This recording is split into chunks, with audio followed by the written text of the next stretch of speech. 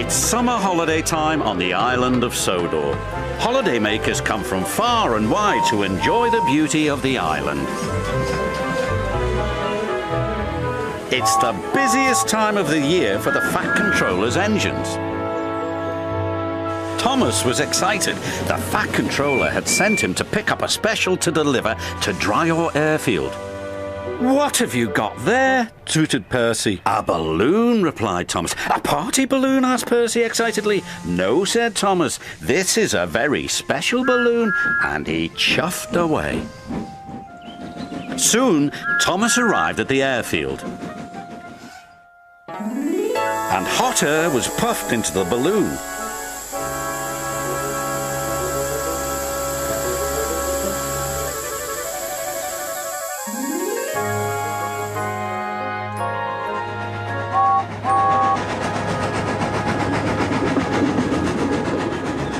"What is that?" huffed James. "A hot air balloon," said Thomas. "It will take holidaymakers on rides around the island." "Taking holidaymakers on rides around the island is our job," wheezed James jealously. Then, as if by magic, the hot air balloon rose silently up into the sky. "What if the hot air balloon takes our passengers away?" chuffed James. "What will happen to us then?"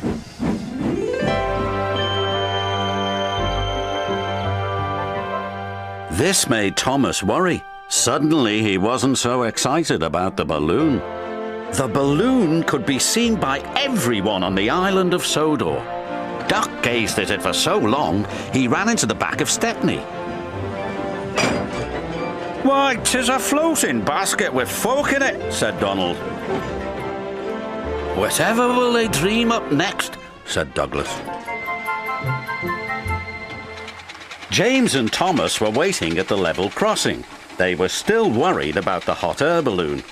"If it takes our passengers away," chuffed Thomas, "there'll be no use for us engines." "Passengers should travel on trains," huffed James, "not in silly balloons."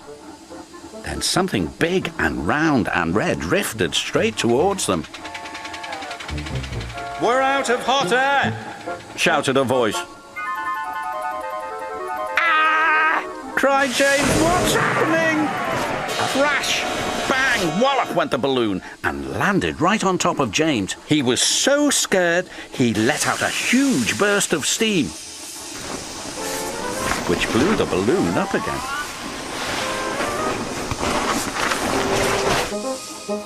The balloon rose into the air once more. "Well done, James," called his driver. "Your hot air did the trick."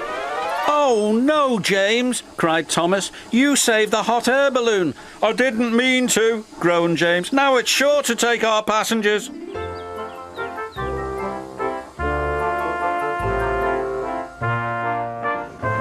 Wherever James went, he could see the balloon carrying holidaymakers across the island. He felt he should be taking those passengers.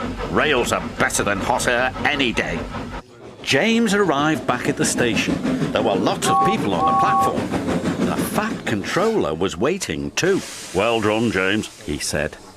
"But now the passengers will ride in the hot air balloon." The Fat Controller laughed. "You're right, James," he said. "But they will need a ride home. In a train." James was delighted. The Fat Controller was right. The engines were busier than ever, taking holidaymakers to and from the airfield. Whenever James sees the red balloon, he whistles and toots. And sometimes, when he's asleep at night, James dreams he can fly too, just like the red balloon.